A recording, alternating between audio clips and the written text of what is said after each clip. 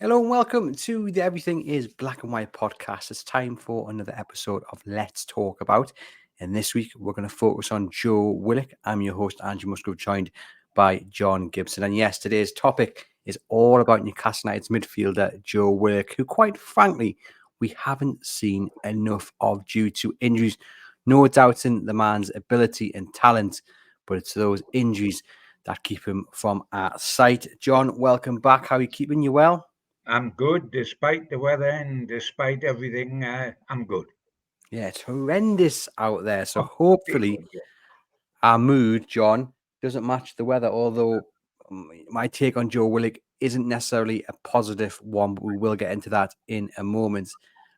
Just before we delve into the details of Willock and what we're going to talk about, just sum up in as briefly as you can, John, what Joe Willock, a fit Joe Willock, offers to Newcastle United. I think he brings something different to everybody else in midfield, because it's amazing to say we've got quite a lot of midfielders when you think of how desperate we were last season, when three were picking themselves for about 2.5 months. That's all we had. Um, but I think it gives a lot that is different to the rest of the midfield. Uh, Of course, we know from when he first arrived here, he brings goals to the table. That's valuable to any side from the middle of the park because you can't just rely on your front three. Yes, Bruno last season stepped up to the plate and got quite a lot of goals, but it's very much part of Joe Willock's game to score goals, and he brings box to box energy.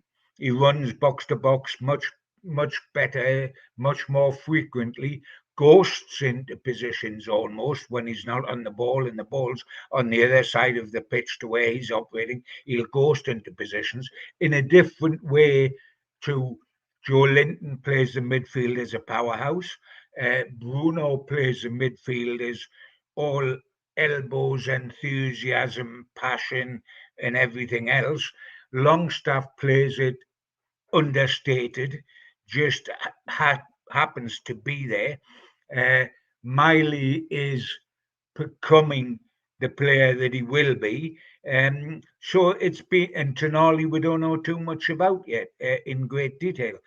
He is a forgotten man, Joe Willock. It's absolutely right what you say. I mean, last season, 4 Premier League starts out of 38, plus four is a sub. That's his worst of his 4 seasons here. So we've almost forgotten what he does bring to the table. But if you remember, and I know you're saying, your situation might be a little more negative than positive, but if you remember, just before his horrendous last season, they were talking about him for England. Mind, they were talking about Sean Longstaff for England at the time as well, and that never occurred. But there were, when we were charging towards the Champions League, Joe Willock was getting touted as a possible England cap. So there are things that he brings to us, um, but we need to see them. I mean, last season he was literally not just a forgotten man; he was the invisible man. I mean, we hardly saw him at all, and he's got to have a big season this time round. It certainly feels like a big season for him. People know my view. I would try and cash in on him. That's not going to happen. Anyhow, huge fan of him. And look, if he can overcome his injuries, then I'm all for him staying because, as you say, John, he's got huge ability. He's a very talented player. I was one of those calling for him to be in that England squad before he got injured the season before last. But now I look at it and I just think he missed 38 games in all competitions last season. He's missed 46 games across the last few years for Newcastle United. And I don't know. There's something about these injuries. One's an Achilles injury, the other's a hamstring. Is he going to be fully over them? I think it's going to be a bit of a wait and see kind of thing. But look, fit, he is one of the best midfielders around, I think. I think he offers, as you say, something totally different to that Newcastle United midfield. But with that said, John, if everyone is fit, and we'll count Sandro Tonali in that as well, does Joe Willock start as part of that midfield three? I think he starts against Southampton because Tonali isn't available. And by the way, we're saying, will he start? Will he not? We've heard nothing about this injury. We've got no more update. Is he on track to be fit for the first game of the season? Has there been any slight relapse that we haven't heard about because it's a closed season, etc., etc.? We just don't know. But of course, as we've said so regularly, Andrew, a team is not as strong as the 11 starters. It's strong as the weakest link, which is your bench.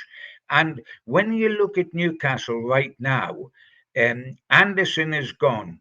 Miley is injured and is out for 2 to 3 months. And by the way, what sort of jinx? You're talking about injuries and we're talking about Willock. What's going on with Newcastle United? We know that the Miley thing's a fluke, a freak. It was metatarsal when he was running to try to get himself fit for the new season. It wasn't in. It wasn't in play, obviously, because he hasn't been playing. But we're already down Anderson and Miley for the start of the season, and we're also down Tonali for the start of the season. So really, if we accept our two Brazilians will be the two top boys this coming season in the midfield, Bruno and Big Joe, then you would think Willock on the opening day will be the third one, ahead of Longstaff. And certainly, I would expect long term as the season unfolds and we get closer to Christmas, it'll be Bruno, Big Joe, and Tonali as the midfield three. But Tonali's going to take time. He may be available 2 or 3 games into the season, but that's available from the bench to start with. He's not going to have a year out or 10 months out and walk straight into the starting 11 because he's not going to be match sharp. He might be match fit, but he'll not be match sharp. So immediately we've got trouble there, and we've got to have people on the bench, and that includes therefore Longstaff and Willock are going to be, as things stand, very important to Newcastle United. Different ball game if you go out and sign a midfield player, then it becomes a different ball game. But right now, I feel that Longstaff and Willock are very important to Newcastle, only because backup's important. And I Mm. would expect, all things being equal, I would start Willock before Longstaff. I'm not saying that Eddie will, who likes them both, but I would. And then I would expect Tonali to start coming in off the bench and then to cement his place in the midfield. But you need more than three. We need more than three. And at the moment, we've only got five, and that's including Longstaff and including Willock. Yeah, we have to wait and see as well just how fit Longstaff is and if Willock is going to be back and fighting fit. He's been on social media posting about being in the gym and what have you. So fingers crossed he is in a good place and he'll hit the ground running when it comes to pre-season over in Germany, then Japan, and of course the Select Cup as well before the Premier League season kicks off, because Newcastle United are really going to need him. One thing that probably counts in his favour, John, is that he's still a very young man. He's only 24 years of age, so time is on his side. And if 20, he can, 25 next month. yeah, Time is very much on his side. He come to us as very much a young man, having been full of potential at Arsenal and been there from a kid. And I think he found it tough to leave that club because his heart was in the club. He come up here, he scored a pile of goals on loan, then he suddenly, we bought him permanently. He went out to live in the sticks, or he was put in the sticks by the club or by the then manager. And therefore, he was very isolated and was very homesick, basically, found it tough to settle down after all his goals when he initially come. He's got over that. He's benefited, as so many players have, by Eddie Howe being part of the setup at Newcastle. Um, and we talk about his injuries, and you're absolutely correct. There is a question mark against. But tell me who there isn't a question mark against fitness-wise. It's been absolutely incredible. We had Big Joe out for an eternity last season. We've got Miley out now. We've got um, uh, we've got Lascelles and Botman. I mean, we've got 3 long-term injuries now, and we haven't been. The next season hasn't started. Miley, Lascelles, and Botman. It's quite incredible, and that's before we start picking them up pre-season or at the start of the season. So we are a jinx injury-wise.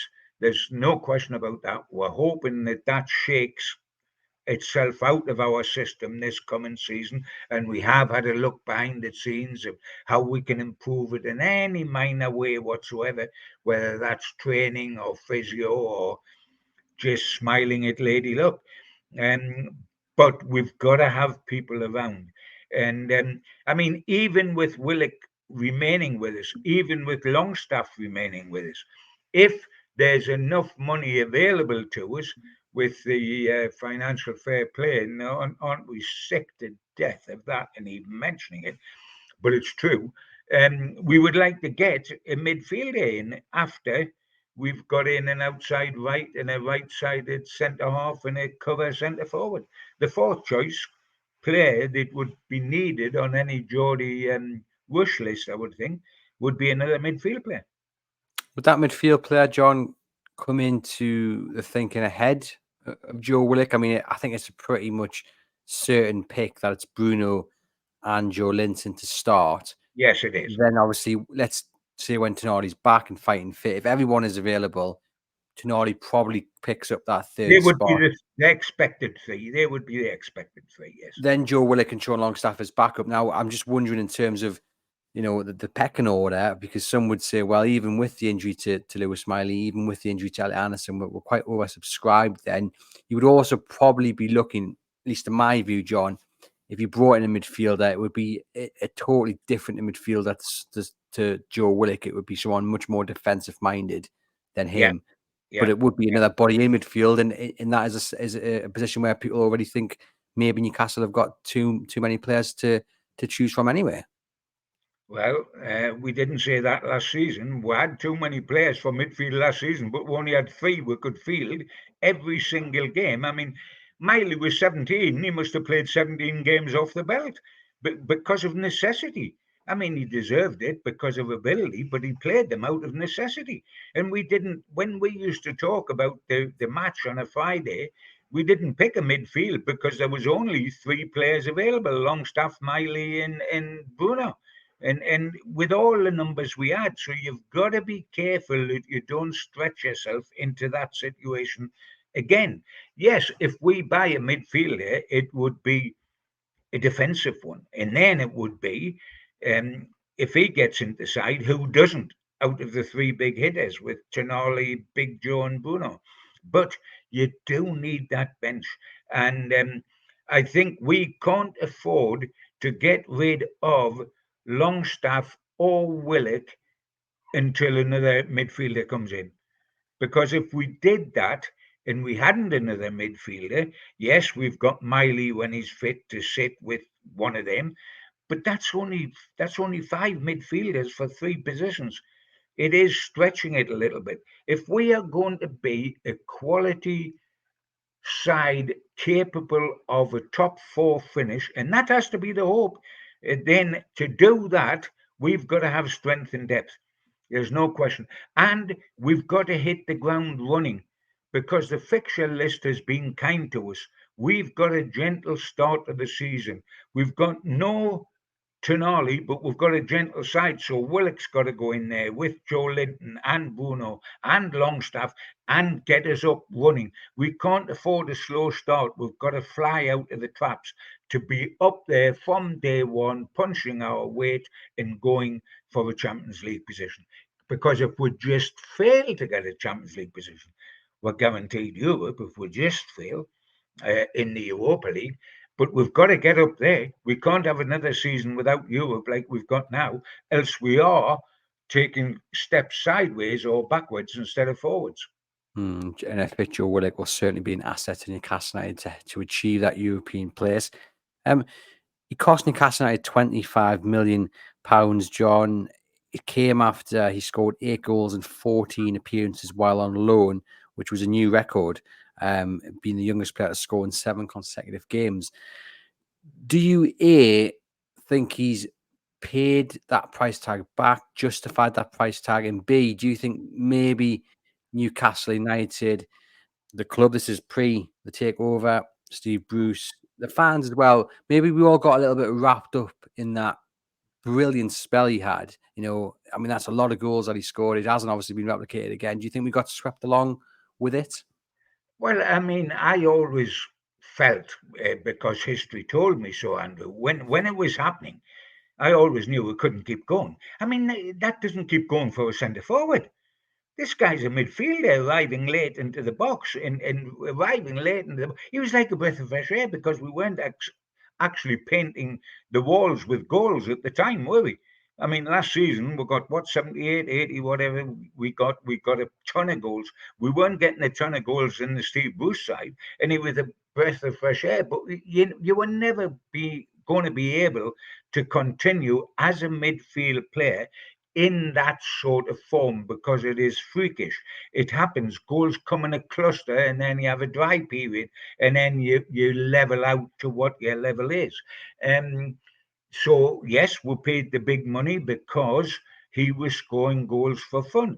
But if you look upon it, 25 million isn't a lot of dough this week for a midfield player, which is the engine room, which is the big part of a team after your blue chip players who are your three front guys, because they're the blue-eyed boys that get all the praise and all the headlines because they score all the goals. After that, midfield is the big time. And I mean, he only cost 25 million. Lewis Hall's cost 20 million for a left back. So if a left back's worth 28 million, a good midfielder's worth 25. So I don't think that because of the injuries last season that people would say, oh, he's justified that twice over because we haven't seen enough of him. But I don't feel that he's underpunched when he's been with us. When he's been available to us, I don't think he has let us down or hasn't been as good as we expected.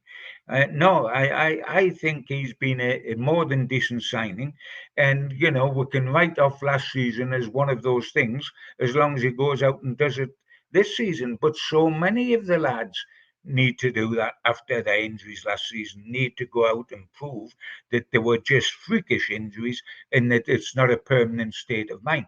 We've all got cluttered up when we mention injuries with seeing Callum Wilson, don't we?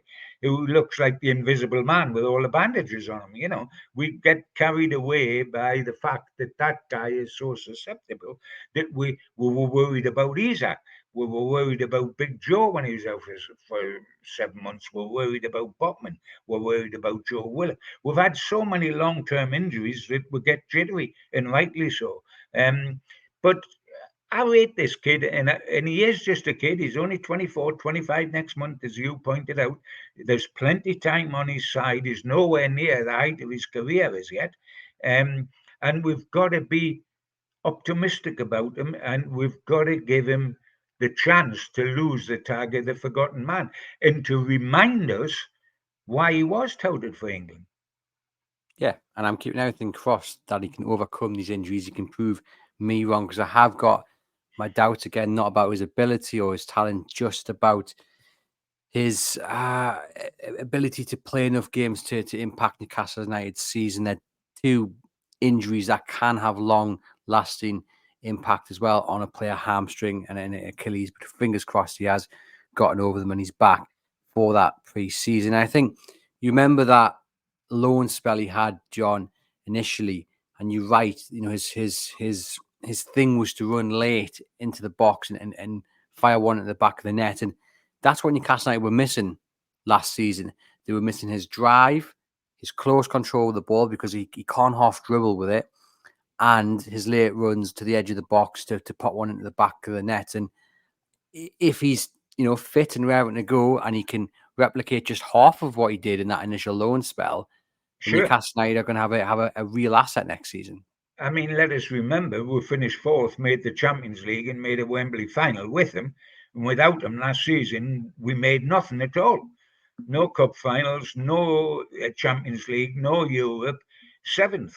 So last season, whichever way we might want to wrap it up, whatever excuses we might want to give that are justified about injuries, about being down to the bare bones, etc., etc., the bottom line is that last season was a disappointment. We finished seventh. We finished outside of all the big positions that put us into Europe. And yes, we got to the quarterfinals of 2 domestic cups, but only the quarterfinals. I mean, the quarterfinals, they say seconds nowhere. Well, the quarterfinals is definitely nowhere. We need to win silverware and, stop being grateful for making quarterfinals. And I think we are beyond that stage. So I'm not suggesting we made fourth top because of Joe Willock, hardly, but he was part of that. And he did play a part of that. And we've got to hope that he is fit on the preseason, shows his fitness, his sharpness, etc., etc. Because on that opening day, we need him. Because just think for one moment, Andrew, that for some reason, like you mentioned about his injury record, for some reason he wasn't available against Southampton. We've got 4 midfielders. Well, no, we won't. We'll have 3. We'll have Bruno, Big Joe, and Longstaff because we don't have Tonali, we don't have Anderson, we don't have Miley, and we wouldn't have Willock. We would be back to what we were at the worst of last season. We would be starting off against Southampton with 3 midfielders. Mm. And that's what That's worries me as frightening, by well. the way.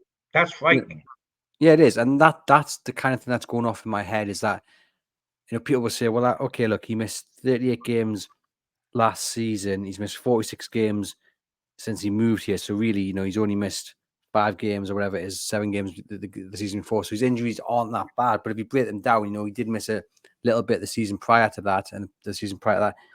I just don't know if Newcastle United can afford to gamble on his fitness. And some people are saying, it's one of those things. Just write off last season, he'll be fine going into the new season. But I don't know, something in the back of my head's just questioning that. I hope I'm wrong, and I hope he proves me wrong. I'm not as worried as you are, Andrew, and neither matters. The proof of the pudding is in the eating. We'll see what the situation is when we line up against Southampton on opening day. But I must admit, I haven't got the massive concern you have, and it can well be justified, but I don't really have it. I'm more concerned about Botman. How many games is Botman going to miss and has missed? And how well is he going to be when he comes back? Because if you take the games Botman played for us when he was a shadow of himself, I wouldn't count those as being on the plus side of Sven, because he was well short of being anywhere near what he is. And I mean, we're talking about players missing games for a totally different reason. But Tonali owes us. He's hardly played since he come. I mean, he spent 9-10 months doing nothing, through no fault of the clubs. But it is a fault of his own if you're harsh. Of course it is. But he's got to justify that 52 million.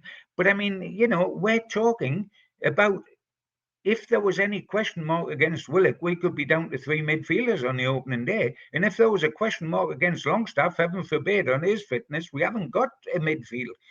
I mean, it is ludicrous. So we need everybody. We can't afford to sell either Longstaff or Willock as things stand.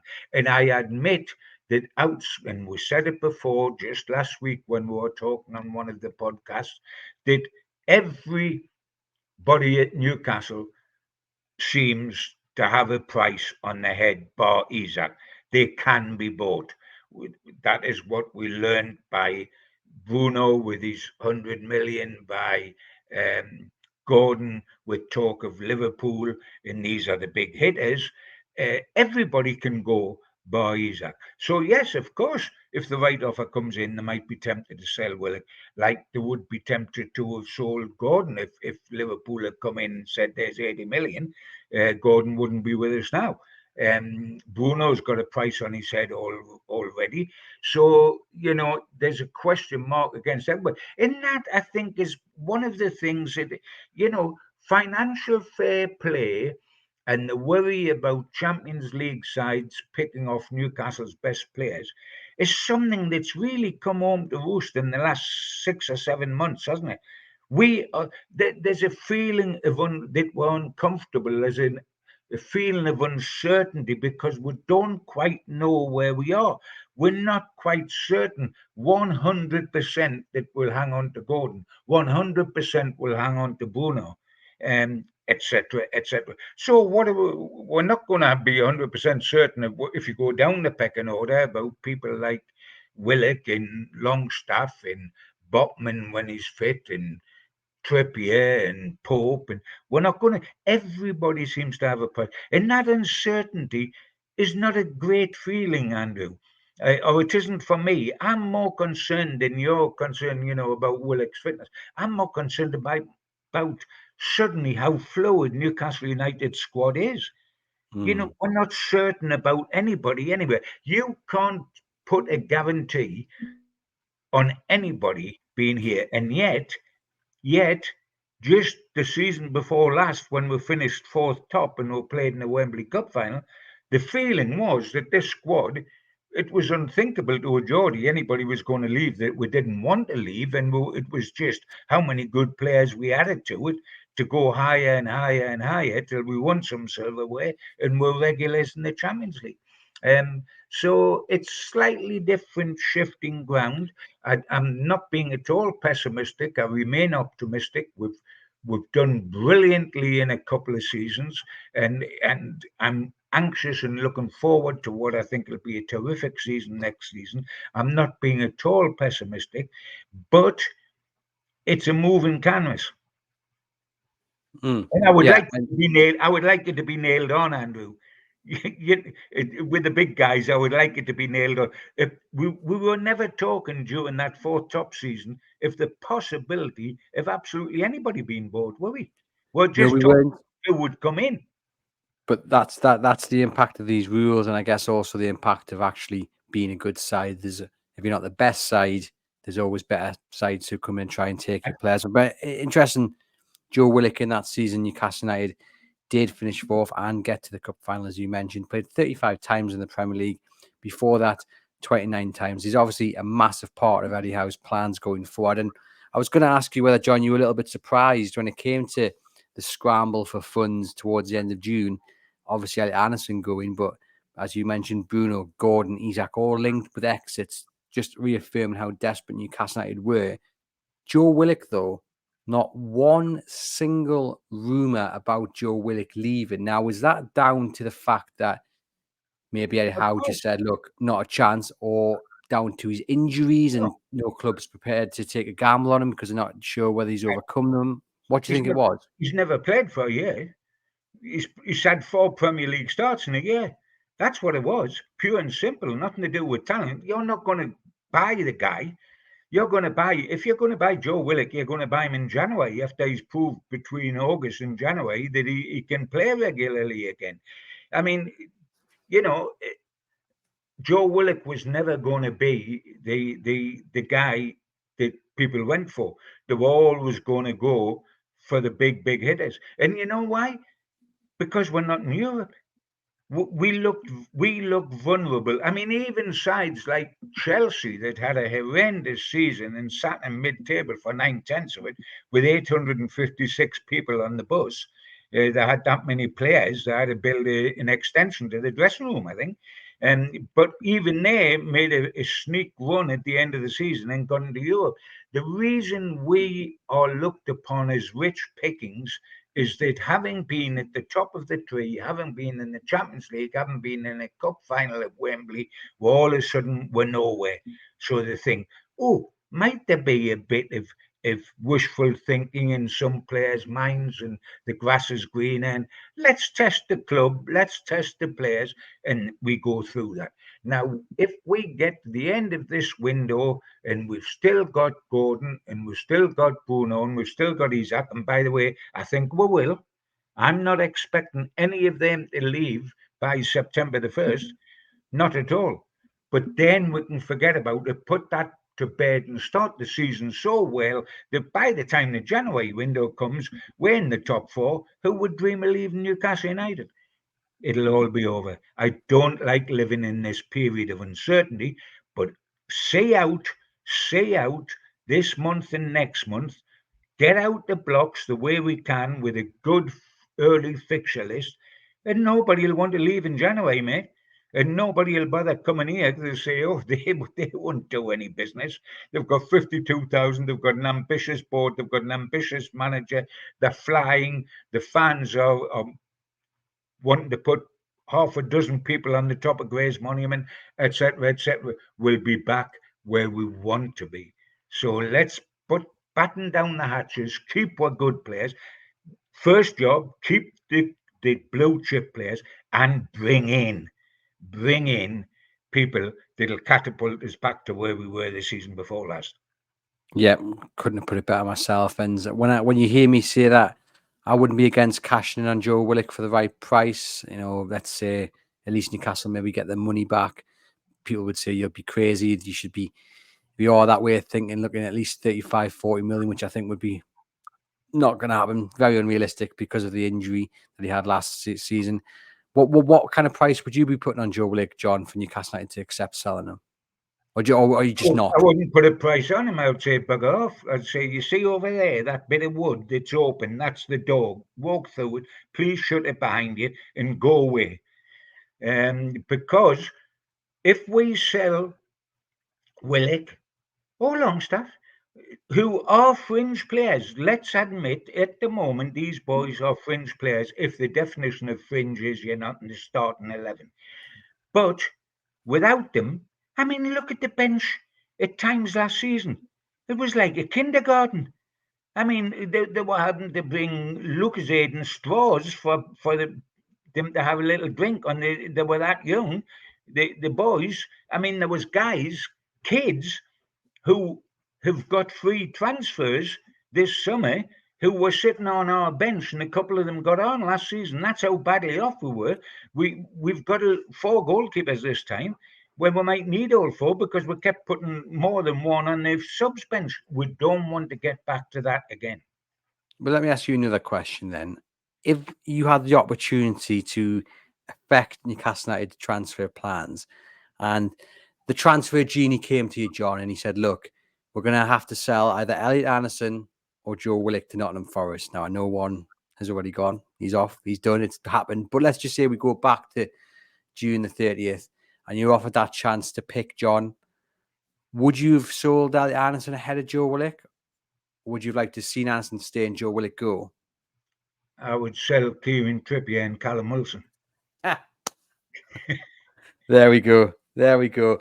Let us know in the comments what you would have done in that situation. I'm very intrigued to know because personally, I think I would have kept Anderson over Willock if everything was working and we could have got a deal for Willock done and Anderson stay. That's just my preference.